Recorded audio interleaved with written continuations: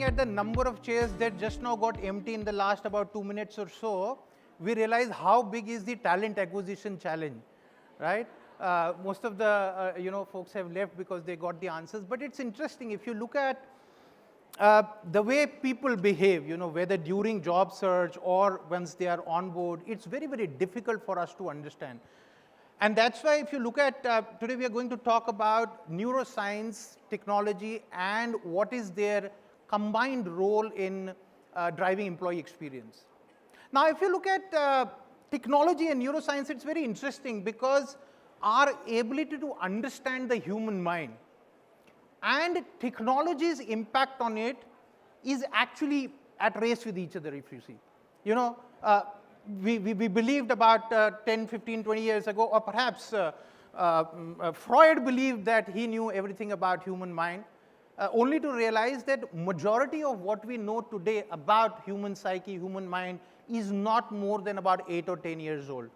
Similarly, anything and everything that we are talking about from a contemporary technology perspective, specifically in HR, is not more than 8, 10 years ago. 8, 10 years ago, we used to talk about an HRIS, we used to talk about a payroll system, perhaps an automated attendance, and that's about it.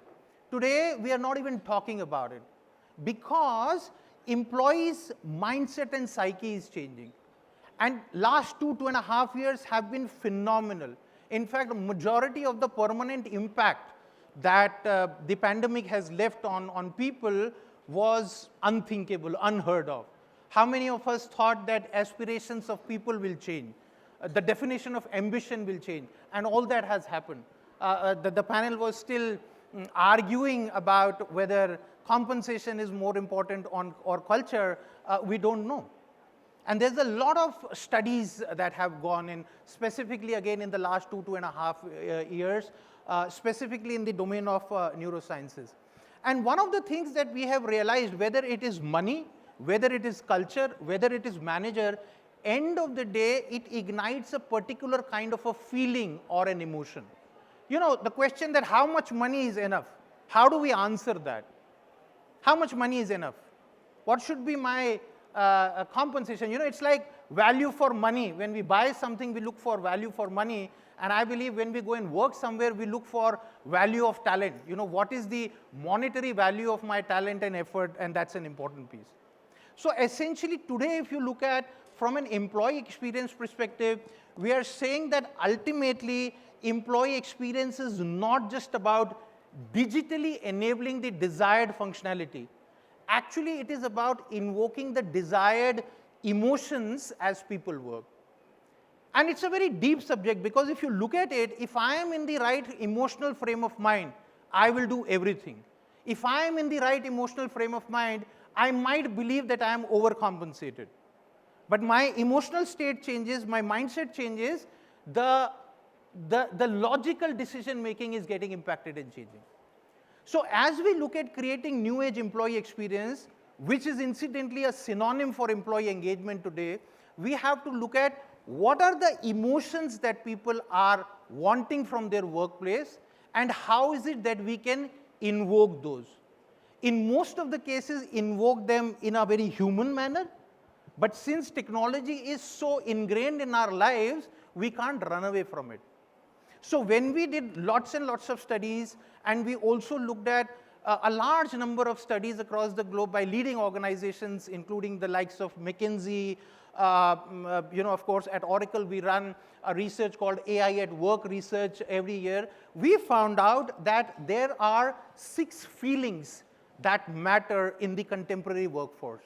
And if those 6 feelings are invoked in teams, in organization, in individuals one at a time, then the chances of their being productive and their being engaged, therefore their being retained in the organization is much more higher. So the question is, what are those 6 emotions? The first and foremost is the emotion of being heard. Now, what do we mean by emotion of being heard? Emotion of being heard is not necessarily emotion of my problem being acted upon. During the pandemic specifically, a lot of people did so many things, worked against all odds to create business results. In fact, in just about every industry, the per person productivity went up. And everybody did more than what was required, more than what was asked for. And then human beings have an innate need of being heard.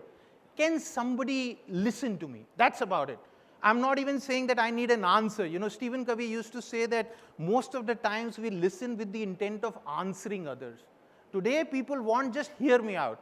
When we put things on Twitter, when we put on social media, it's a manifestation of our need for being heard. And then we check the likes to see how many people really heard that or not, right? And then we get into the comments to make it two-way. In fact, being heard is so important that organizations, in spite of the fact they run annual surveys and so on and so forth, it's important that I'm heard here and now. If I don't like something about the hotel, I don't want to wait till tomorrow when they will send me a link and I will put a feedback. I would shout about it right now, and I would want somebody to listen to me right now. In fact, research shows, and this is from our AI at Work research, ironically, 87% employees across the globe believe and say that employers should listen more. Right?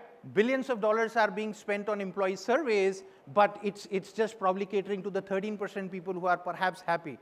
87% people need. So therefore, the first question would be, if I need to invoke the emotion of being heard in my workforce, what is the role of technology and how am I leveraging that? There are a lot of companies today offering pulse surveys and things like that, and we will talk more about it. Now, being heard is one thing. The second important feeling is around being informed. How does this work? You know, there is this FOMO. Yeah, how many people know FOMO? Everybody knows, right, FOMO. How many suffer from FOMO? At least I suffer from FOMO, right?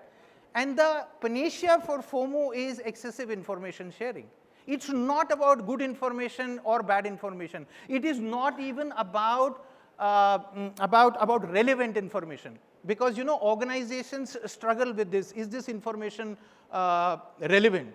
Today, we are living in age of social media. You know, people are bombarded with information. Every information is seen. Most of the organizations are downsizing in some form or the other today, right? And imagine the kind of emotional turbulence it creates when I'm not informed. I need to be informed even if it is about ambiguity. Even if my organization tells me that, hey, I don't know. Let me tell you, saying that I don't know is a great and very useful piece of information. Majority of the organizations, again, don't do a good job of it. 74% people have reported that they feel more effective at work when they are better informed. So therefore, from the technology perspective, what is it that we can do? I mean, I have had conversations where people say, oh, I got to know about an acquisition that our company did through the newspaper today. I mean, how ironical is that? Or a company is laying off, that's published in the news, right? That's a very important piece. So the second piece is, when you are looking at your employee experience strategy, how are you making sure people are informed to the extent that they are over-informed, right?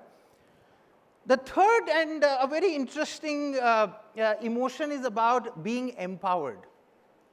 Now, what does being empowered mean here? So I've been talking about being heard, which I am feeling right now. Being informed, perhaps, which you all are feeling. But what does being empowered mean? I ask a question and then I answer. That's not fair, right? That's not practicing. So what does empowerment mean? Anybody? Yes, ma'am. Ability to make decisions. Okay, great. That's a very important aspect of empowerment.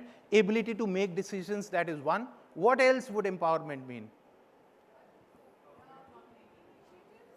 Then being able to take initiatives. I have made a decision. Can I act on it, right? Am I empowered and enabled to act on it? The manifestation of empowerment is also changing.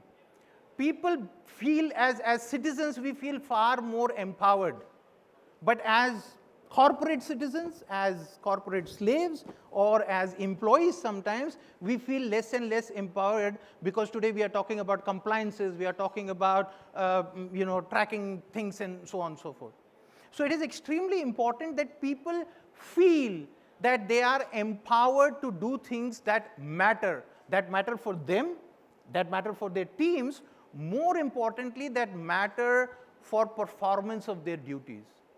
In fact, again, if you look at some very interesting data, organizations which belong to the 90th quartile, 90th percentile of empowerment index tend to be 21% more profitable, which approximately translates into about $500 billion or more if you look at just the S&P companies. That's the kind of financial impact that it can create. Now, technology, very interestingly, can be very empowering to people, and it can also kill empowerment. Because the moment we talk about restrictions, access controls, so on and so forth, it can take away my empowerment. But the good news is that modern age HR technology, specifically the HR platforms that we are talking about today, when designed smartly, can actually leave your workforce feeling extremely empowered. And we'll talk more about it. Specifically, in the current scheme of things where a large majority of people are still working offline, working online and working off office, hybrid, whatever is that word, right? We're just learning new terminologies also. Sometimes you don't know what's the right word of that. So empowerment is extremely important. So again, look at how your employee experience. And see, when we talk about emotions, technology is one aspect. The policy and the leadership mindset are the other two legs on which this entire employee experience will be based. The irony of the situation is that a lot of time policies and leadership mindset gets diluted because technology is not able to bring that to life.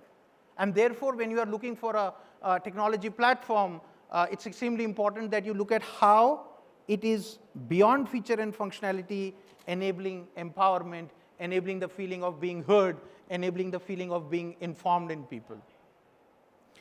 So this is the third one. The fourth one is about being connected. Right? Connected means what? How many of you feel the way we are connecting today is very, very different than we connected any time during the last 2 years, right? Somebody talked about, the lady who was moderating the panel said, we were all talking to devices before this, right? It's a very different kind of a connect.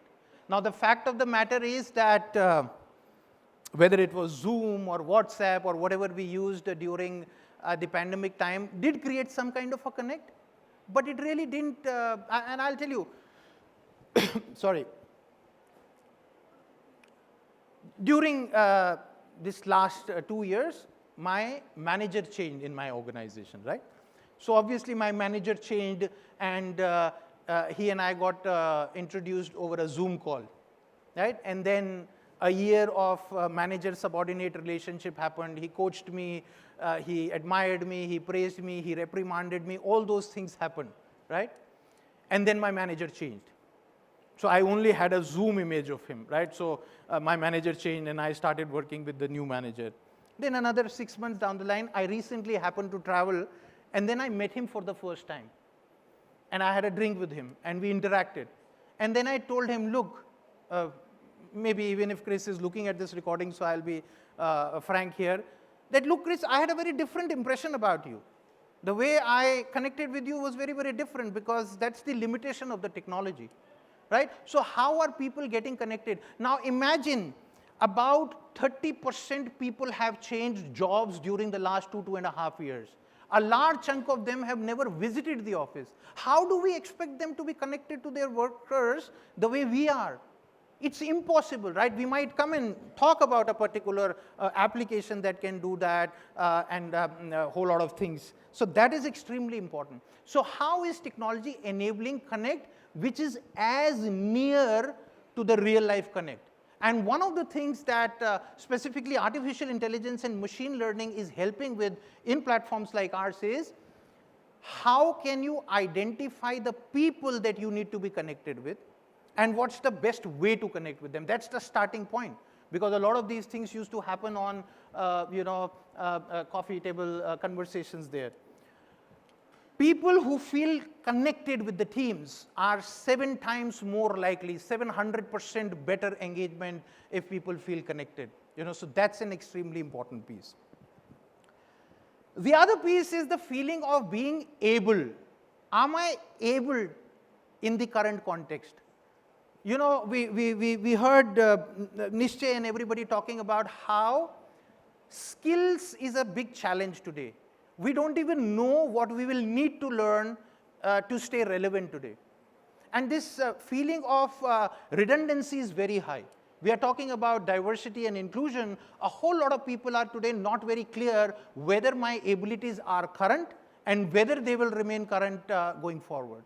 Ability is also defined from all the other parameters that we talked about. Empowerment directly correlates to ability. Information directly correlates to ability, and so on and so forth.